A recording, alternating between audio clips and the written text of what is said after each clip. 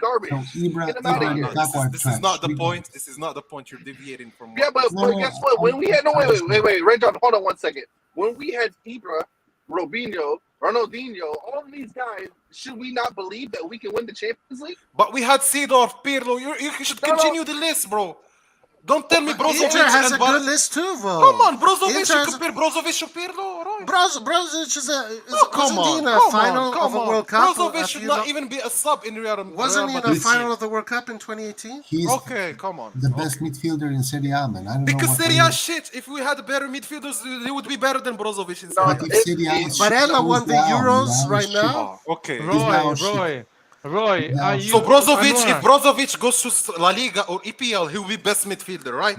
He will not even be top 10, man. Come on, guys. He wouldn't be top 10. What are you talking about? We're talking about the starter of Croatia, guys. Come on. Leao is the he is the worst midfielder in Croatia's midfield. They have Modric, Rakitic, Kovacic, then Brozovic is the shittier of all the midfielders. In the Portuguese team, Leao started 2 games. The best player of Serie A in the Portuguese that's what I'm team saying. We lack quality in Europe.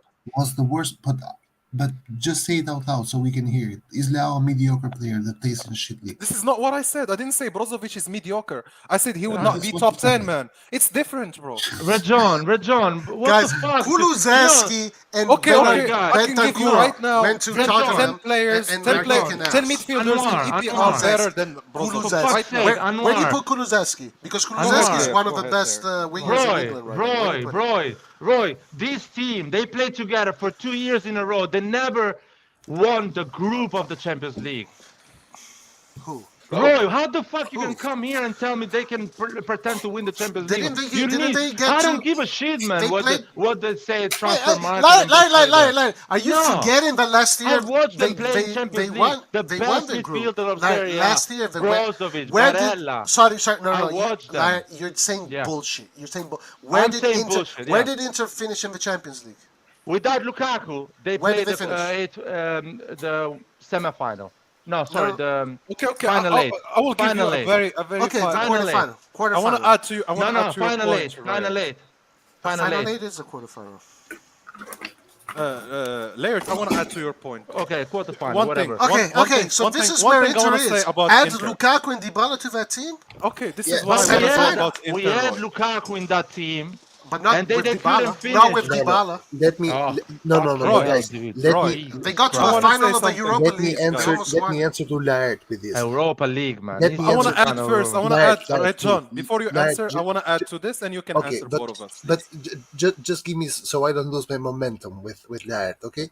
The problem is this: Conte with Juventus, with the same Juventus, got out in the group stages with the same Juventus. 1 year later, there was another Laird saying this team with Allegri is gonna go to the Champions League final. These motherfuckers got out of the group stage in the fucking Champions League last year. But they reached the final with Allegri. He was right though. The final with Allegri, Laird. So he was right. Who was right, man? Laird. You said Laird said that they will reach the final with Allegri. Right? No.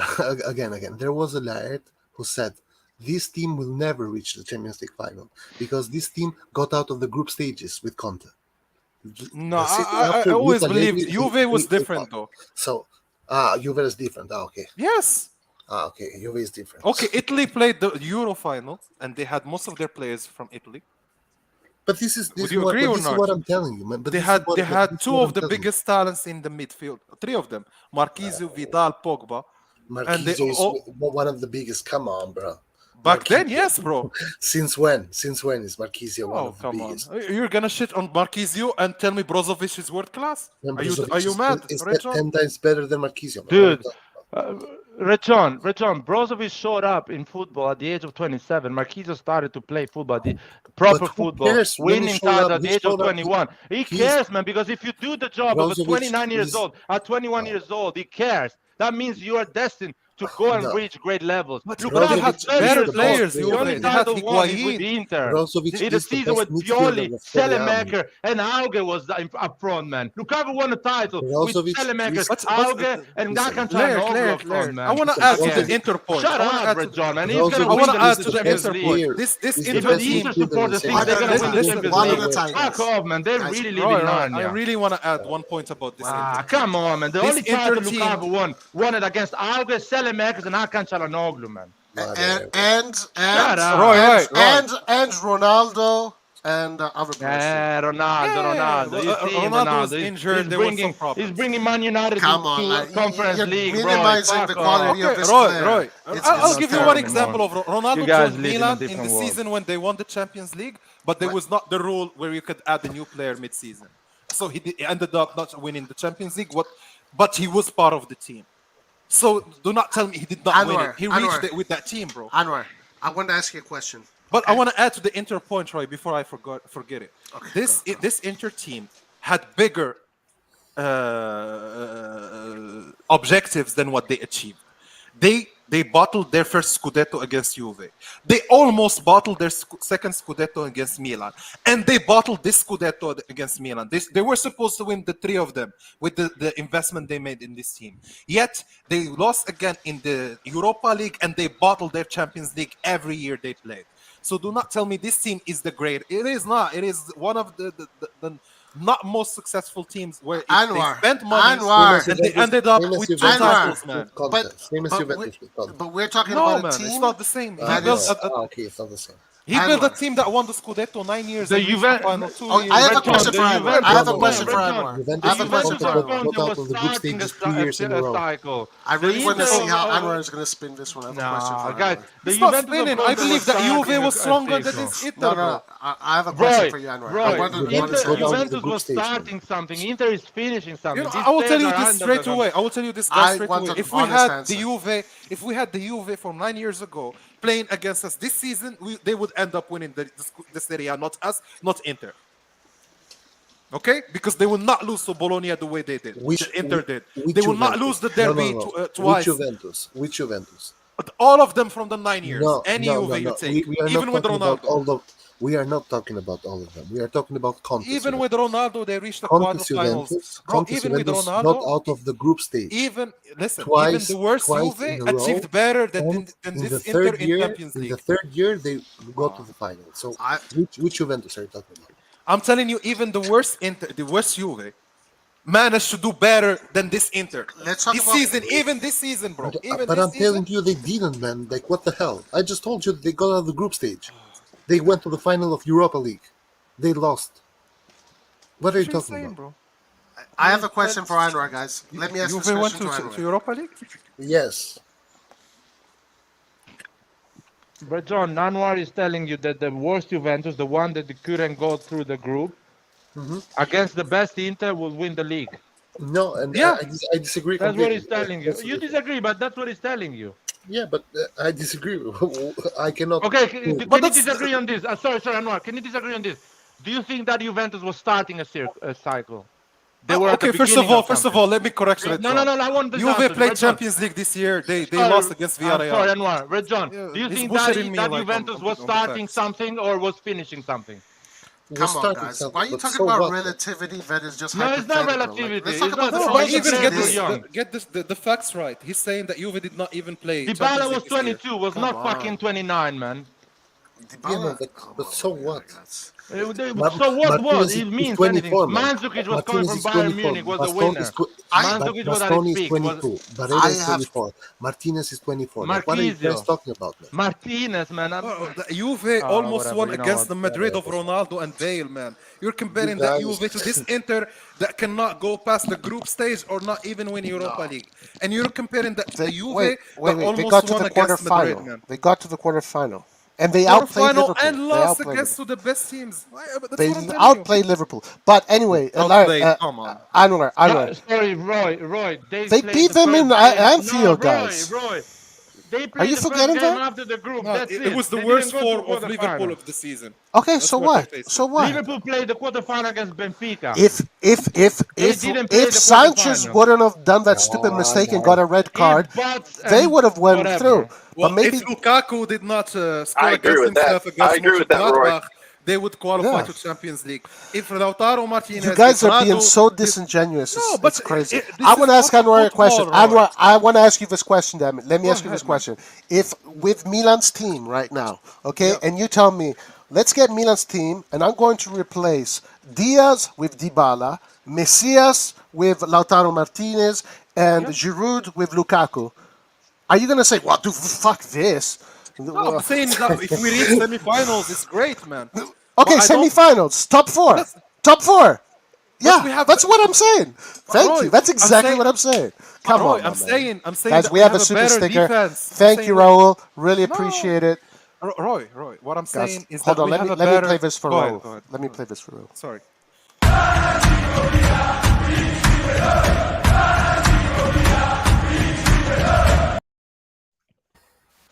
There you go. Thank you, Raul, for the super sticker. Roy, I want to go back to my answer. Why I said yes, we should aim for the top to the semifinals. It's because I honestly believe, we have a better goalkeeper. We have a much more solid defensive line that is much more 10 years younger than Inter's. So they have much more room for improvements and their potential. We can even see the potential of Kalulu. They actually see the potential of Skriniar. Skriniar is not gonna get better than this. This is the best he can get. So that's why I'm saying we have a better team. We have a better midfield, much younger, years younger than Inter. They have only Barella, who's very young. But we literally But that's what earlier I'm saying. agreed. If you add Dybala, Anwar, you're being disingenuous because you earlier No, literally man, come agreed on. that the This is really difference what was I believe, man. minimal. You said the difference was minimal. No, I'm saying the difference is in details. When you get to the semifinals, quarterfinals, Okay. the difference is 1 minute, 2 minutes of football where everything changes. All right, so and let me we've ask seen you. that across all the With games. Handanovic, with Skriniar, Bastoni, De Vrij, let's say they replace that with Bremer or whatever, Gossens, Barella, Bremer, yeah, maybe. Bremer Brozovic, can really help. Çalhanoğlu, Dybala, Lautaro. You see, And here's I'm where I see expecting the, at least the top fault. four. I see At their least. midfield getting beaten by Man City, by Liverpool, by Madrid, by even Barca, by Bayern. I see their Wait, but midfield being Inter stronger was than Inter was Inter's, man. destroying Liverpool at Liverpool's I'm home. saying that Liverpool was in their worst form of the season. They were losing What? to West Ham and other teams in EPL, man. Man, Liverpool was on okay form at the time. What are you talking about? They were not great. They were having the worst They results won. of the season They won. back then. They won every game around the game. Bro, they were They first didn't of go the through. EPL. They were Whatever, fighting. guys. Now, Red John, they now, didn't go through. Red John, they didn't go through. Imagine how desperate you are right now. You are now talking. You guys are desperate. best You're about talking about a Liverpool. football that doesn't exist. This is I'm talking. unbelievable. I'm You're evaluating trying these to players. tell me that Inter was outplaying Liverpool, which is not true. Inter was Anwar, outplaying Liverpool Anwar, at they Liverpool's are home. dreaming. Hands Anwar, down. they are dreaming. They are telling us something that No, this Lukaku is has not- never shown this us is- in Who 12 years actually of went career. through? Laird, who went through in the end? Who actually qualified? Liverpool. So Liverpool. why They are are dreaming. we They are even completely talking about dreaming. this? I haven't seen Liverpool went to the Lukaku. final, man. Exactly. So haven't why do seen you compare it Lukaku. to Liverpool, man? I don't give a Because shit, bro. Inter won Red against John, Liverpool. Red What are you John, I talking don't. about? But they lost to Whoa, Madrid twice, man. and they lost to Liverpool also. Man, we lost to Porto, man. What are you talking about? And exactly, we are not a team that is aiming to win the Exactly. Champions That's why League, I man. said. Yes, That's we why are I not. said We are not if we achieve because we didn't semifinals, show No it's it. one is great. Inter saying. showed No it, one man. is saying that. And I'll Inter tell you, showed it. if you are listen, if you are an Inter supporter, and Inter gets Lukaku, Dybala, and Lautaro Martinez, and we get Botman, Sanchez, Origi, and Scamacca, we win the league before them. Yeah, we have They better shouldn't even team. think to win the Champions League. They I cannot don't win the disagree league. with that. I don't disagree with that. So if you don't win I'm- against that Milan, you don't even shouldn't even You think can't to win win in the No, Champions Europe. I Exactly. disagree with that. I That's disagree not. with that. That's not true. Definitely disagree with that. Okay, so you think this Milan can actually win in Europe?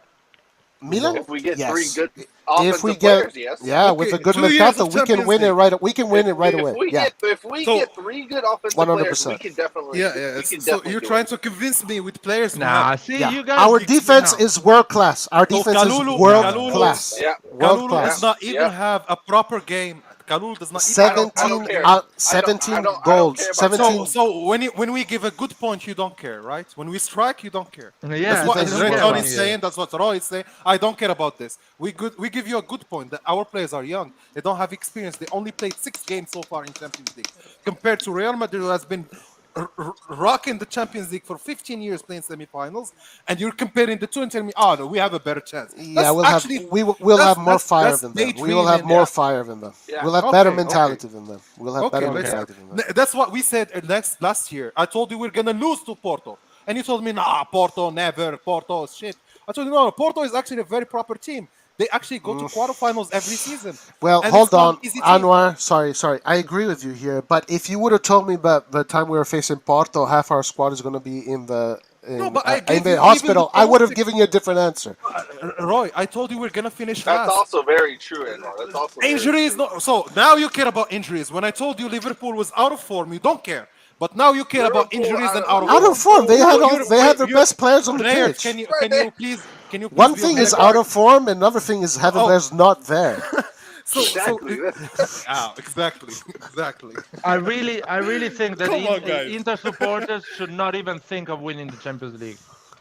And I really that's think why Italy and that's why no, Serie A Nathan, is it's not garbage because I right think now. that Italy is not going Very to. true. Well said, Yes, it Nathan. is. You Well have said. zero Yeah, mentality, so you're gonna accomplish zero. Plain and simple. Exactly. Plain Like and simple. so, what are your goals for Milan? So next year, and my Anwar? goals. What okay, are your goals? Let me hear your goals. My goal next year is if we can achieve semifinals, great. If we get disqualified in quarterfinals, I think it's already a good bet. You can build on that the year after, get a better even player somewhere, and go for Champions League better. That's what I really believe. Right now, if you tell me next year we play against Man City with this team, I believe yes, we have a chance. Can I give my answer, Roy, as well? Okay, go ahead. So, if you are an Inter supporter, if Inter goes out of the quarterfinal or out of the final 16, so the game after the group, you should not be upset. You should just accept it and move on with your life. As a Milan supporter, if Milan loses the first game after the group, I should not be upset. I should just be happy and move on with my life. That is the objective of the Champions League. That's where we are right now. We should. They are at the same hour level, and they should not rip their hair if they don't go ahead of the first game. So, but you say they should aim for the Champions. They should be like pretending the Champions League. Absolutely. That is wrong.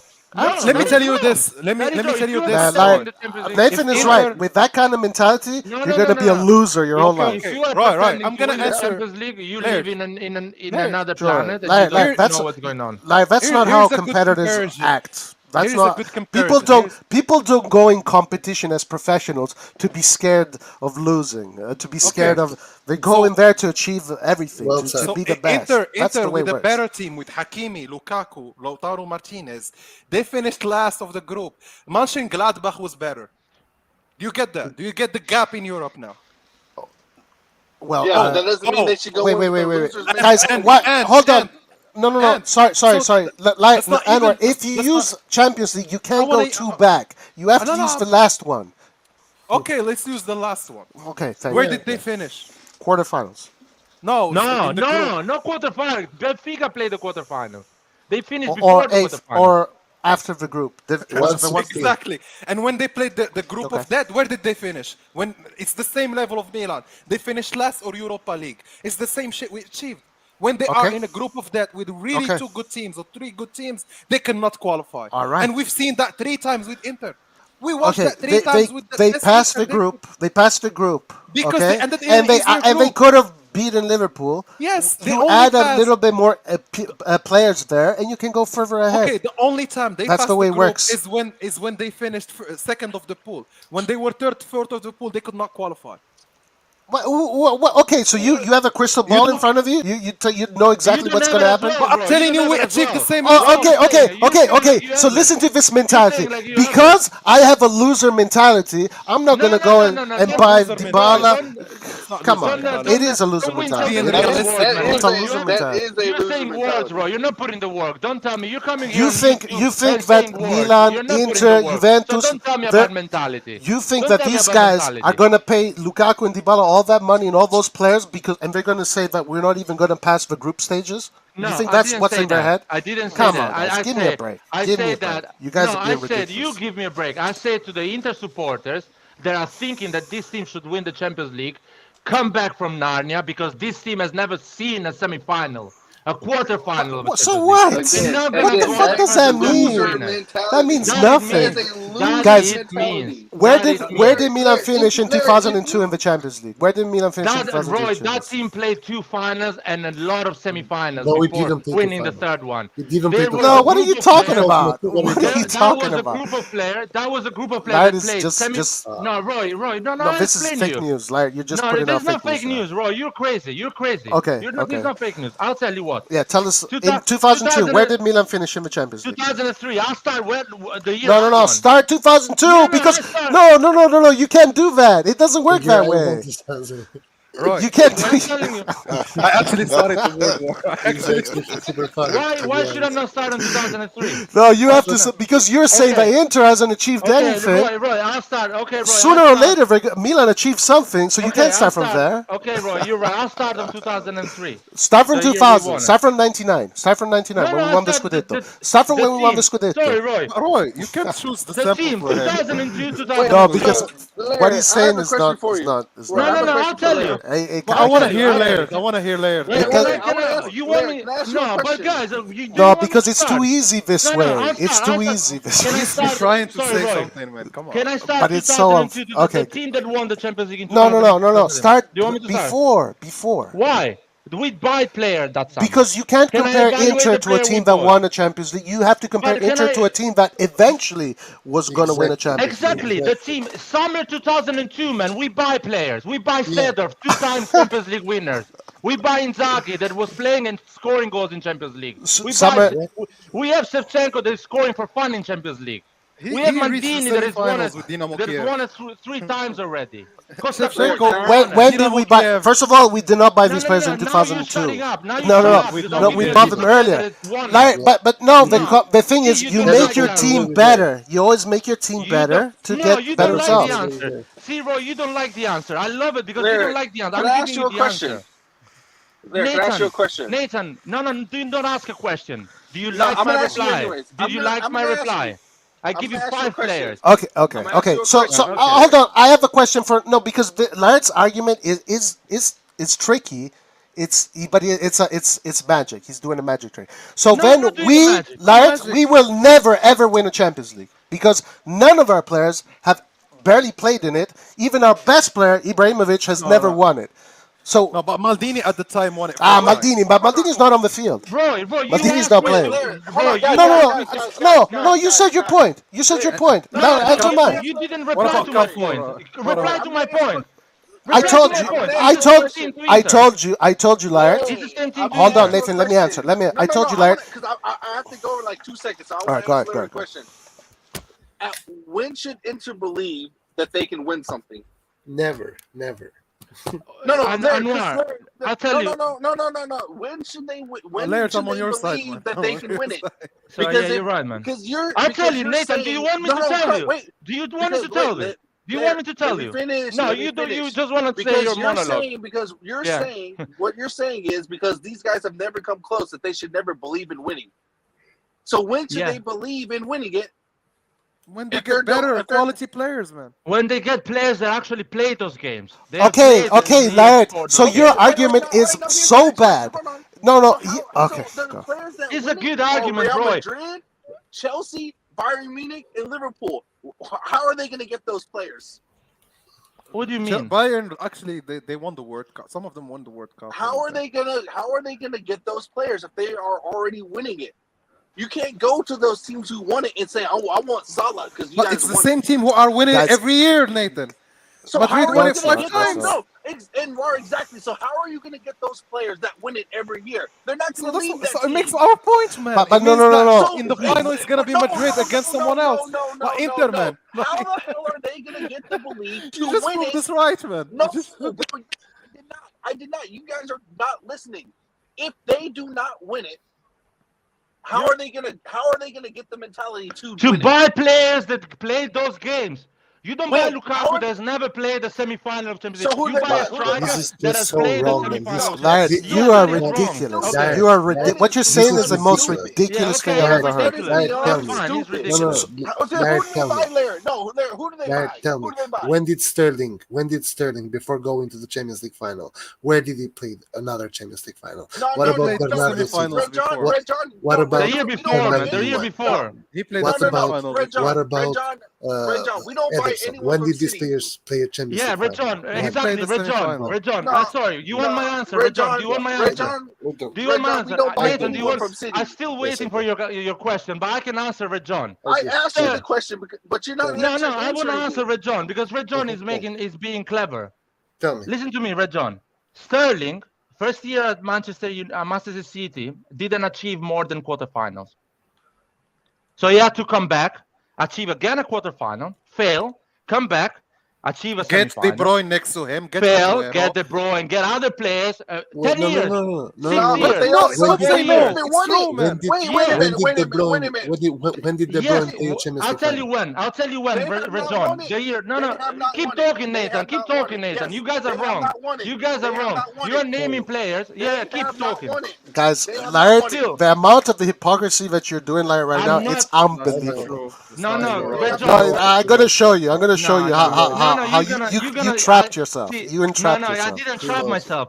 You guys are confusing that you need players that actually won it. I'm asking you, You said that. Lukaku. What No, the hell? listen to whoa, Nathan, listen to me, man. I'm asking you, when is the last time the Lukaku has played the semi-final of Champions League? Okay, so In his now career, it's not the 29 final years anymore. old. So now we're 29 going years old. lower and Now lower it's not the and final lower. anymore. Now we're Go going back. lower and lower. Red John, go back on this fucking live, and I told you, tell me the last time Lukaku has played a semi-final. I was not asking a winner of Champions League. Semi-final, to play those games that brings you to the finals. Yeah, and Tell me the last time. Inter, The 11 Inter this yeah. season is bringing Laird, two-time I want to Champions League say, finals. let's end this argument this way. Oh no, no! You're not gonna end it now because the entrapment that Roy, Larry put himself to. I have to address it. let me please speak, Laird. When I repeat, Go ahead, you Anwar. Go ahead. move the argument in another direction, trying to This is gonna be my bet, and I think Laird is gonna agree with me. Roy, This don't is say my bet. anything for like Nathan, anything for like 20 minutes, Roy. I'll be back in No, like but 15, 20 minutes. I wanna hear what you Nathan, say. I want to hear what you say because these guys are incredible. So don't say nothing. okay, for like I'll 20 give you minutes, example, Roy. Nathan. I can give you example of every team Wait, that won and Champions Roy, League, you might as well and we wait, will bro. find. You might as well wait because I gotta go for like 20 minutes, bro. You might as well hold your answer, bro. That's all I'm No, saying. man, I'm not because I know you're wrong. I can give you the example. I'll be back, bro. I'm gonna be back. I cannot be on my phone. Okay, while go I'm ahead, determined. Like literally. Okay. Nathan is dying. This is what I can blow up the terminal. I don't think you're gonna convince us, guys. I really don't, because me and Laird maybe we understand. You guys are a joke, man. You guys are a joke. But you want players that never won a game outside the group stage to win the Champions League next year. You guys are a joke. Guys, are you're gonna really a stick. joke. Laird, listen to me. These You guys guys are a now joke. are gonna stick to their opinion, and Yeah. they're gonna say on the live right now that Inter is gonna reach the semifinal because you No, cannot have nobody debate. said that. What? Nobody said that. What are you So why do you have the saying? debate then? So you You agree have with I me? said if I'm an Inter fan, that's what I expect. At least No, you top said you four. expect them to win it though. You didn't say you Also, yeah, you can also expect to win it. Yeah, absolutely. Okay. I'm saying the realistic objective is not to win it. The realistic objective is to be in top 4. If they can manage that, that's a great achievement, man. Well, You can come maybe next year and try to win it. You know that Maybe. Madrid, but maybe they can win it. Who knows? you know that Who knows? how many I don't know. titles? How many titles does Maybe Inter Milan have? will win it. How many titles? They have 3. Madrid won 3 of them on the row. That's the whole history of Inter, basically in 3 years. Yeah, but You can't compare that Madrid team to this Inter. what does this add to the conversation? I don't get it. This adds to the conversations that the same teams are winning the Champions League every year for 20 years. So Milan Madrid will never has win won it. it This seven Milan- times out of Milan will 20. never win it. You know how This many that No, is? Red John, I said that if this Milan finish to loses the first game after the group, next year can aim to go to the quarterfinal, next year to the semifinal, and you build a team that actually knows how to go to the semifinal, has played a lot of these games. Hold on. I need to ask Larry. I'll give you the list. I need to ask Laird something. I need to ask Laird something. I need to ask Laird something. I need to ask Laird something. I need to finish No, because you're so hypocritical. It's so much hypocrisy. Akan Çalhanoğlu, Okay, yeah. Brozovic, Yeah, Barella. yeah, all great players. All great No, players. you're a great player. Dumfries. Yeah, Who else? if he stays, I think he's Gosens. leaving. He's staying. Great player. Lautaro Martinez, Gosens has Lukaku. played the Champions League semifinal. Yeah, Top 90. These Roy, I'm players, gonna ask you, guys. these players, All most champions. of them All these has players not champions. played a quarterfinal of a Champions League. Okay. Gosens has played the semifinal. Dybala, 2 finals.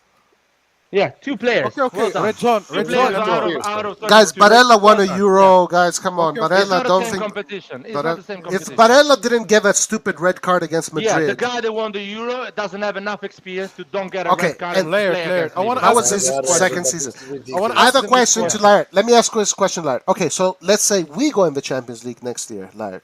Okay, and we take out Diaz for Dybala, Messias for Lautaro Martinez, and Giroud for Lukaku. How far do you expect us to reach? Not far. How far? Not far. Whatever, man. The first game of a group.